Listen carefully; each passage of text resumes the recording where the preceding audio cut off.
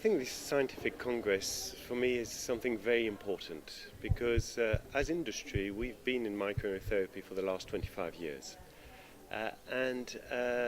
It started a little bit with the intuition of a doctor, actually before it started, and we've been doing medicine, and really we've realized that all the academic world is following and is now discovering what was at the beginning an intuition. And now the universities are interested, low dose is something which is interesting, of course immunotherapy, we've been talking about it for years, and so having a congress which talked about microimmunotherapy was really something I was looking forward to. And I must admit it's been a really good conference, good congress, a lot of good speakers, and we see that what we've been doing is really vindicated some way by what science is doing today and what research is going after today.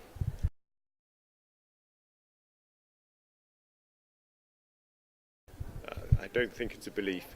No, it's actually, I'd say on one side it's a physical reality. The immune system is always adapting to the situation, and also it's a health reality. Whereas if the immune system gets out of sync, then that's when the pathology will come in.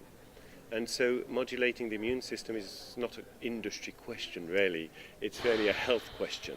Now, as industry, I think it's important to be able to bring to patients medicine which really work with the immune system the way the immune system works, and not trying to replace it to do better than, because that's sort of impossible, but really to work with the immune system. And that's what microimmunotherapy is doing, and I really think that there's a place for a lot of people, a lot of industry to develop along the lines of microimmunotherapy, which is really using immunocompetent substances in low dose. So the low dose allows to try to avoid the any problem. It's like one of the speakers today. It's saying having the product without paying the price, and I thought that was quite a good idea of saying, you know, we're going to have the results without having to pay the price of the side effects, and that's where we're looking, and that's really what the grail would be of microimmunotherapy, well used, well understood. And if the patients can have that, then I think it's good for everybody.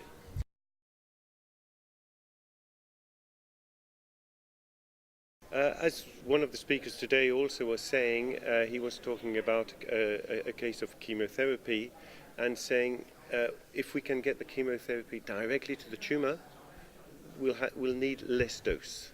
Okay, so that's where the research is going. Let's try to bring it down. Let's bring it down to where we don't have the side effects, where we can have the effects. So it's of course much broader than that, but that's a good way to understand it, saying the body works with very minute quantities, and so very minute quantities but at the right place at the right moment, and so if we can get this timing, these quantities, this information, then I think we'll really be able to succeed something interesting. So I think there's still a lot of research to be done. There's a lot of potential, and I hope that it will be a way that in the future a lot of patients will actually be able to work with their immune system just what's needed.